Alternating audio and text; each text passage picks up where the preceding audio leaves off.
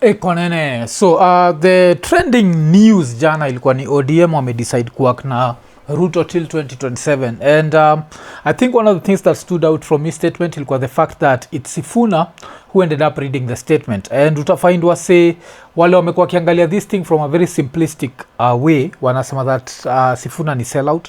Kuna wamesema hivyo, kuna wengine nimesikia wakisema that Sifuna ni coward, and I can say that this is that simplistic way of looking at things, especially ile happened since last year. Those are the sort of people wale unasikiaga wakikwambia that kama ile siku tungerudi home then Ruto angeretire ama Ruto angeresign. It was uhakigi hivyo, and if you have to ask me, I actually think that Sifuna is strategic and he's thinking about his next move. Why? Because if there is someone that niliona death ya Raila ilibaki affect kabisa, honestly kabisa, ni Sifuna. If you can remember the flight ile wakienda kuchukua body ya Raila, you could see how sad he was, and you could see that he was literally like alikuwa nalia bado wakienda huko. And I feel like for someone like him having come back and you've just buried your mentor, you don't want a war, you don't want to go all out guns blazing, especially considering the people who you think might be supporting you actually not serious. And who am I talking about? I'm talking about Gen Zs mpaka saizi bado hawajachukua voters cards.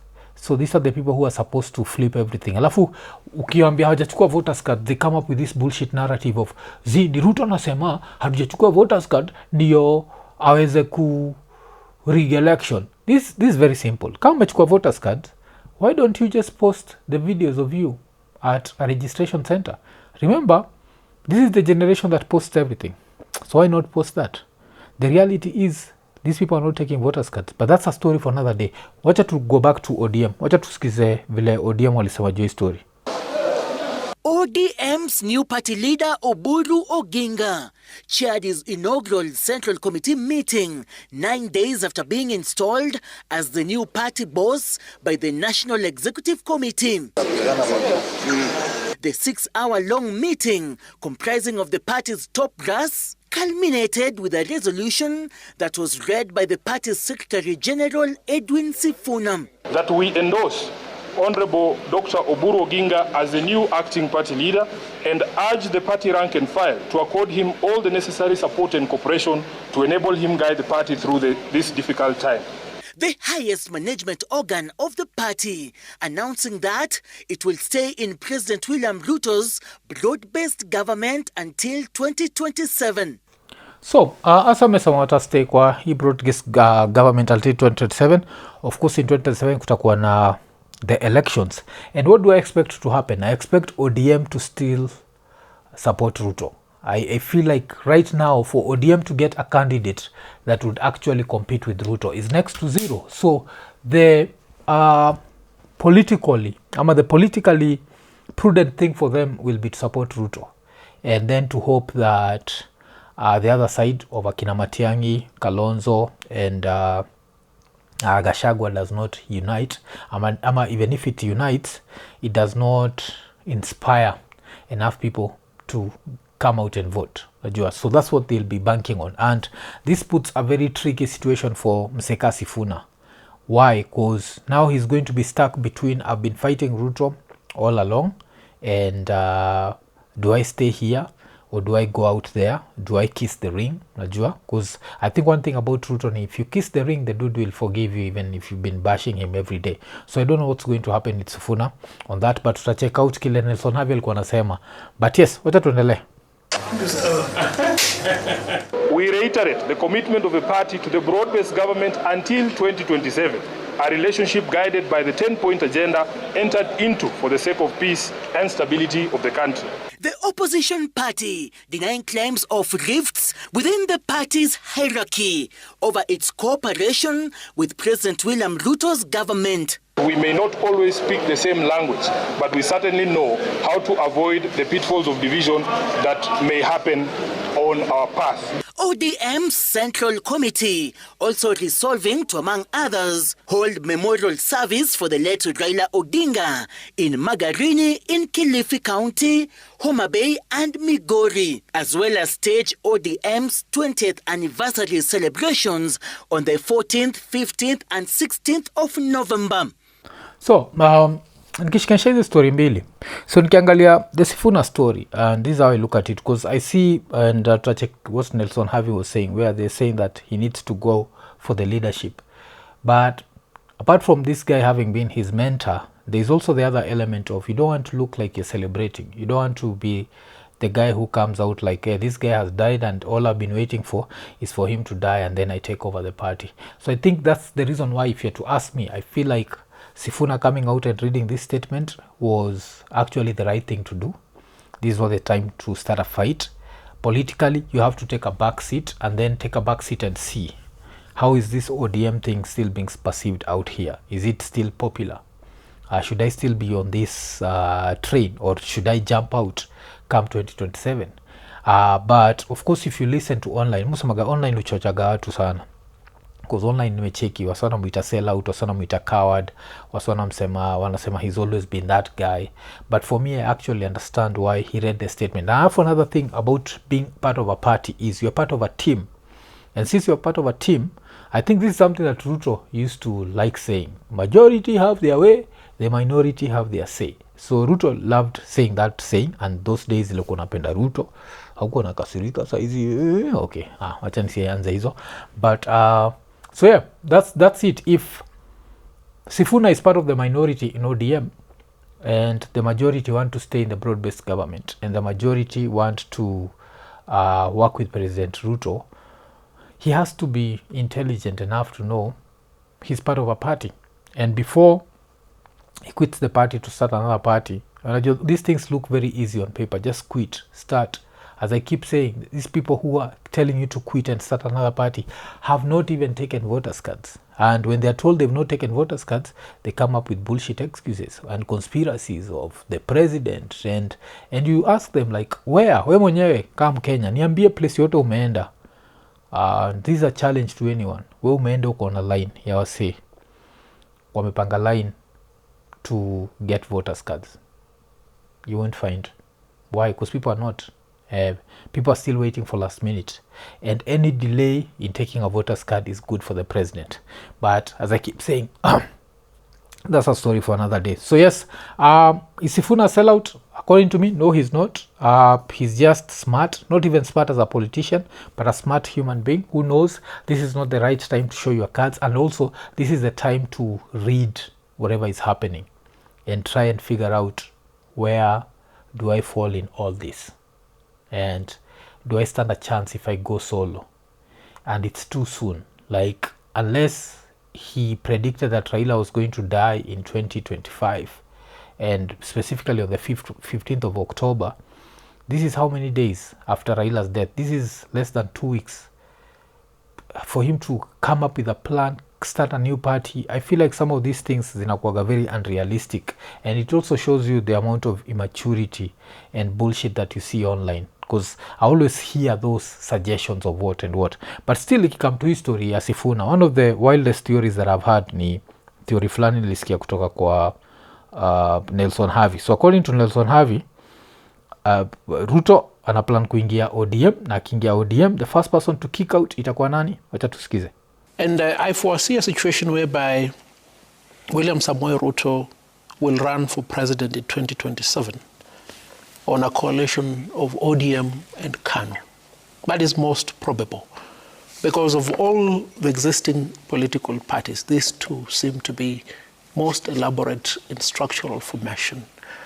And if he had a keen eye, his overtures towards ODM at the beginning of this year is indicators that he will come back to ODM and expel Edwin Sifuna and other belligerent owners of ODM was premeditated and deliberate.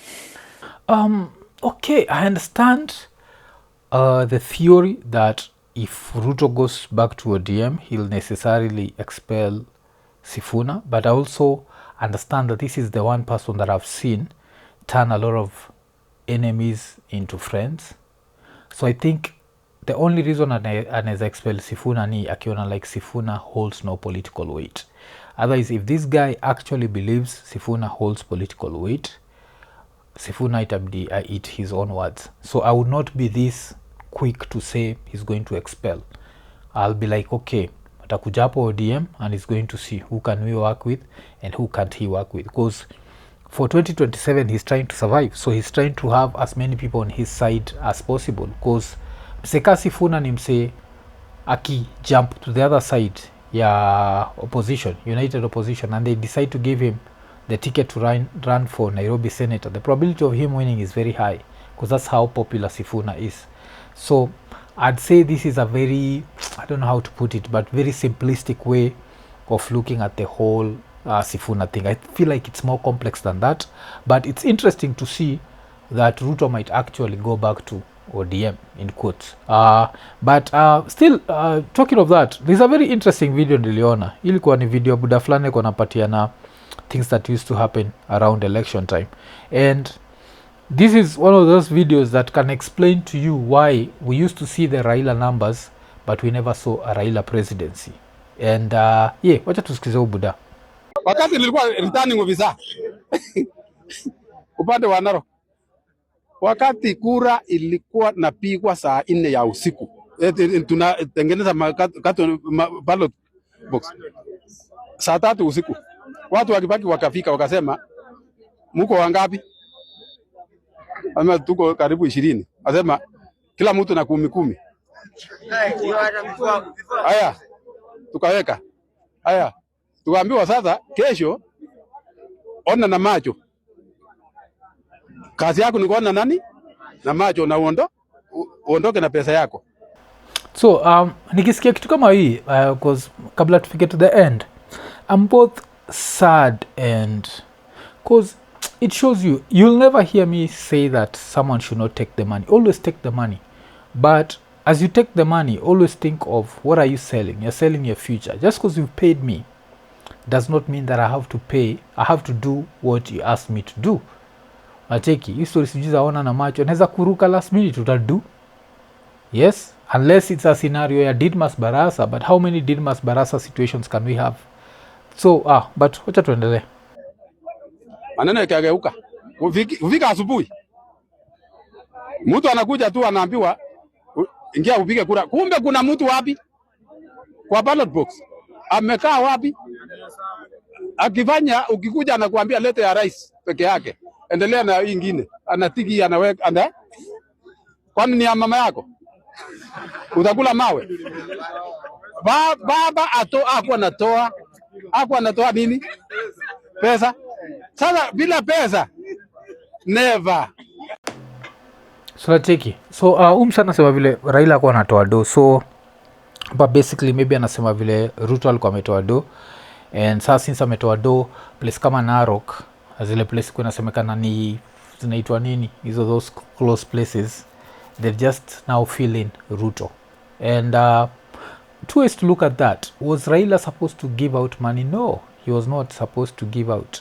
Was IBC, like a returning officer, supposed to stop that nonsense of people? Yeah, like say, basically what he's confessing to is a crime, but of course nothing can happen to him, and this is something that can also happen in 2027. So where this situation in this situation now, Ruto has like a bottomless pit when it comes to money. So he has a lot of money that he can end up bribing people. And my 2 cents on that would be very simple. If someone can bribe you and you end up changing your vote, you don't deserve any change, and you deserve tag work, you deserve suffering. Because yes, you'll get the 10,000 shillings, but ask yourself, where's this 10k coming from? And ask yourself that if there was better leadership, would there be easier ways of making this 10,000 shillings? And the answer is yes. And najua kuna kuwa na thug rock and sufferation, and that's why I'll never say don't take the money. Take the money, but ikikam ni time ya kupiga kura unajikrekisha uko yes najua napigia Ruto, alafu unatiki ile kitu unataka kutiki na unaweka hapo ndani. but yes, nilifindio nini ikiwa interesting sana, the fact that umsel konsema alikuwa returning officer and he was there as that fake nonsense was happening. Konene, nimeinterrupt show kukuremind juu ya Lemfi. Kama uko US ama Canada na unataka kutuma do Kenya, register kwa Lemfi ukitumia promo code EKONENE. Hii itakuguarantee $20 cashback on your first $100 transaction. Alafu pia time una register, make sure umetick the 2 check boxes za notifications ndio ukireceive info about amazing offers through newsletters. Na pia usijali, Lemfi hawatumagi hizi letters za, yani unajua like ma messages za kipumbavu. Pia usisahau, every time una transact $50 and above una earn points. Na the more una transact, the more points you earn and you can redeem them as cash ile time unatuma pesa. Alafu pia kitu nanibamba kabisa ni saizi ukitumia Lemfi mzabaki umelipa pay bills na till numbers directly. That means mzabaki umehandle bills za maparo wako ukiwa hizo maside za States ama maside za Canada. Alafu pia we mwenyewe as a Lemfi user baki umetafuta ile button imeandikwa get USD $20, ubaki umeinvite mabeste zako, na ukiinvite mabeste zako on their first $100 transaction unapata pesa ngapi? $20 cashback. So unangoja nini? Baki umechangamka, ingia Lemfi. Lemfi, international payments for everyone. EKONENE.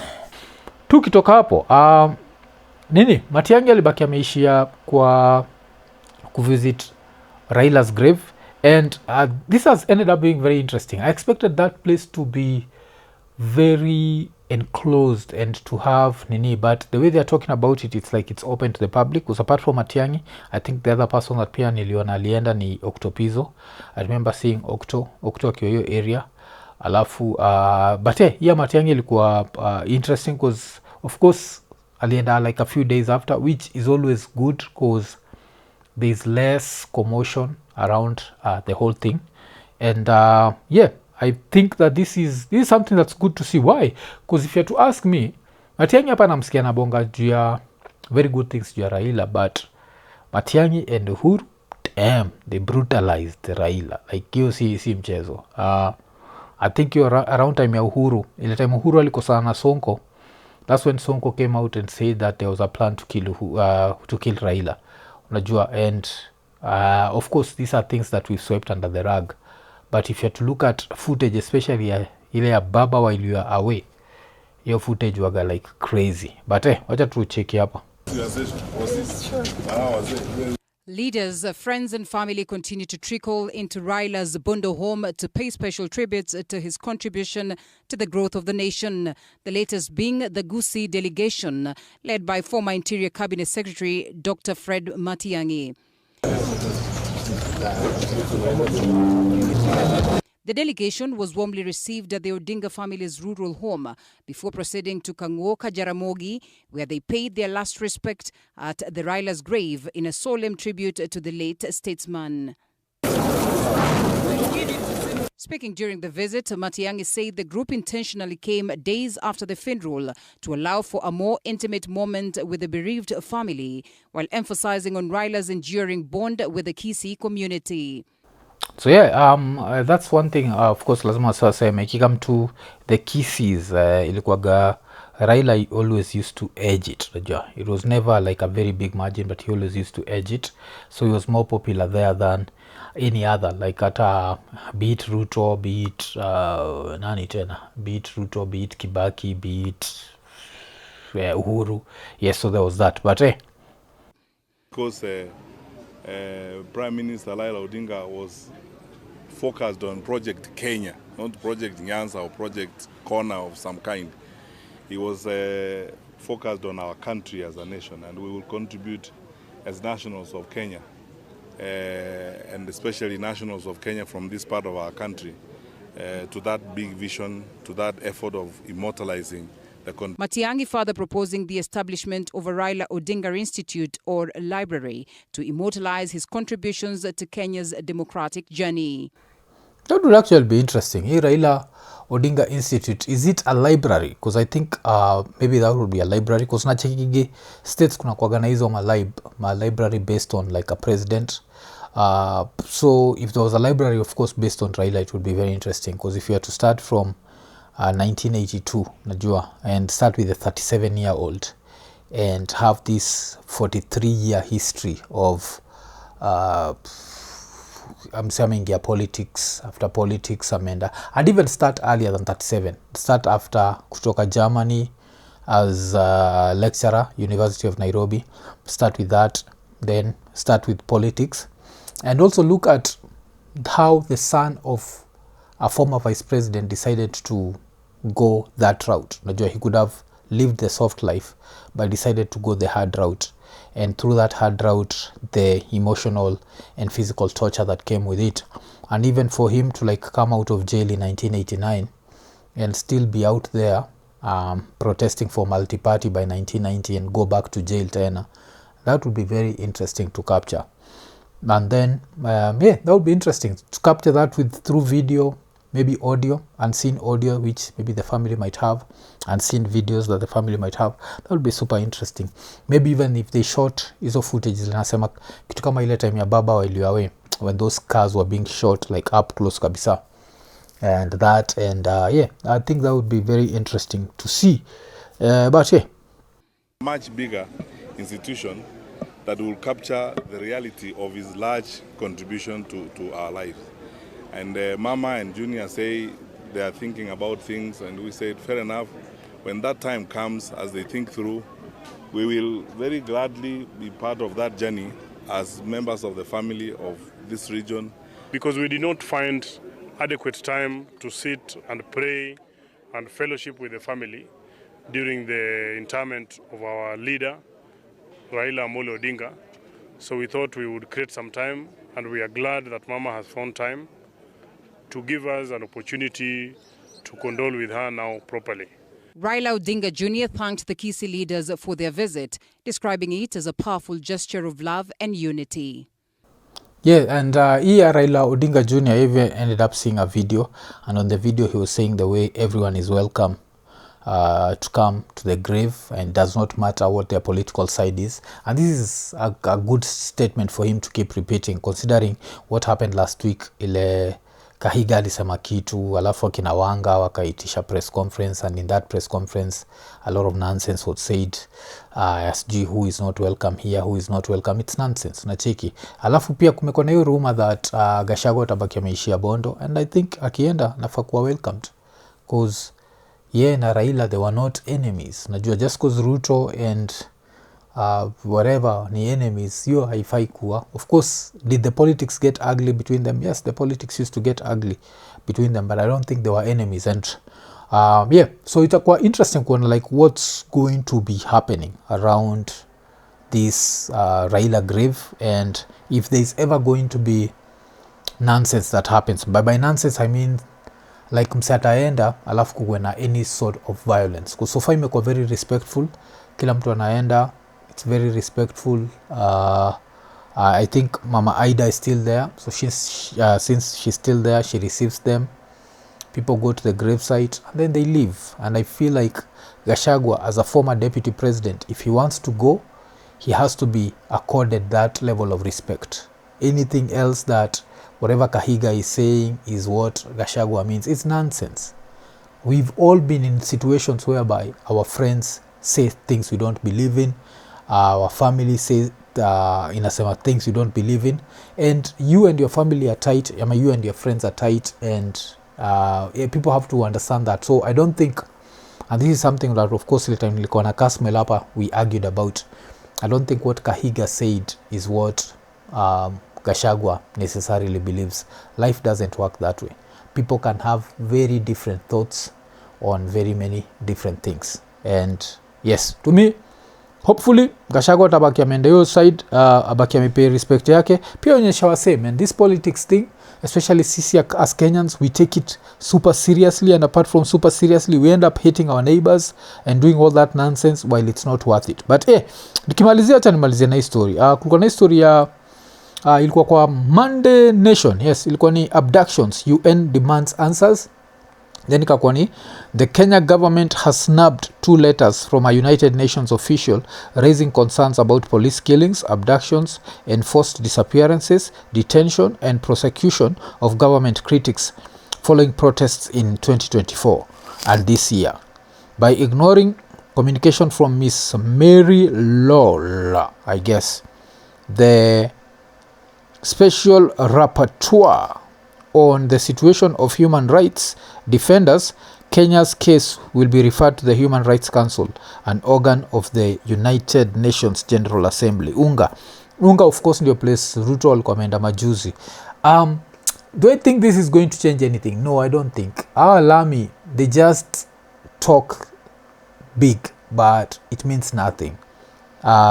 Is it good that they're asking the questions? Yes, it's good, because kuna this thing that I learned, that no one who's evil thinks that they are evil, and no one who does bad things thinks they are doing bad things. So with that reasoning, of course, I always say that if you are to ask Ruto in his mind if the abductions are bad ama kitu kama hiyo, atakwambia Z, because in his mind he's thinking that he's doing the right thing for Kenya. Yeah, only kama kuna watu wanaumia, yeah, I feel like I was the one, unajua, like God chose me to lead this country, how dare you challenge me, and I was chosen by God. So that's how he's looking at it. So in his mind he's doing the good thing, and that's why wase kama UN kumwambia vitu kama hizi ni poa, cause inabaki memrudisha back to earth. Haizi jitetea that it's just his political opponents that are criticizing his rule. Yes, alafu nikimalizia another headline nilicheki, iko ni headline on Monday, na ilikuwa ni trapped in Russia, alafu ikakuwa ni Russia's war on Ukraine is now affecting Kenyans directly with severe consequences as it emerges that hundreds of the country's youths have been trapped and forced to fight in Russia's front lines, with dozens killed and many more nursing life-changing injuries in military hospitals. Most were promised well-paying jobs and were coerced into the army upon arrival. Today, we released the identities of young men who traveled to Russia between July and August, whose whereabouts are unknown back home, and but are said to be on the front lines. Then also wamewekwa, and hii kitu imekuwa very interesting because I've gotten into arguments now say juu hii story, because as I keep saying, this is what's happening. Afu kuna soko like, Russia has enough people, why would it hire Kenyans? It's hiring them and putting them in the front line, and the whole reason behind that is if Russia wants to know kama Ukraine iko na any sort of protection at that corner, they don't want to send their own, because they don't want their own Russian citizens who are dead. So what's the easy way?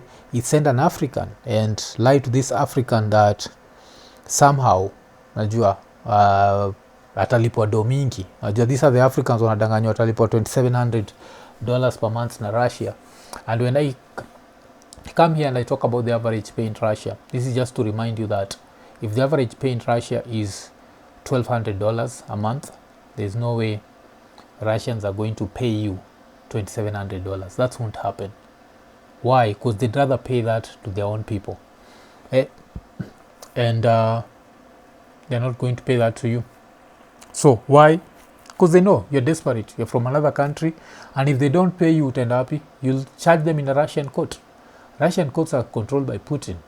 So wewe kazi yako ni kuenda pale ukufe, koja kufa ukisurvive rudi Africa na injuries zako, but even the few who survive, and if they're allowed kurudi back, hakuna pesa watalipwa. That's one thing I can guarantee you. Russia is not going to pay anyone. Itabidi rudi to home. Are they going to get any citizenship? No. And that's the reason why siwezi compare na the American army ama the UK army, because the UK army na American army, first of all, you're not put in the front line. Mnakuwaga part of a clique. If anything happens, happen ya nyi wote, the ones who are born there and the ones who are born abroad, black, white, yellow, kila mtu yuko pamoja. If anything happens, happen ya nyi. But here Russian specific. That's why even kulikuwa na ile footage ya just Africans fulani wakiwa kwa bush, I think ni Kenyans, wakiwa peke yao.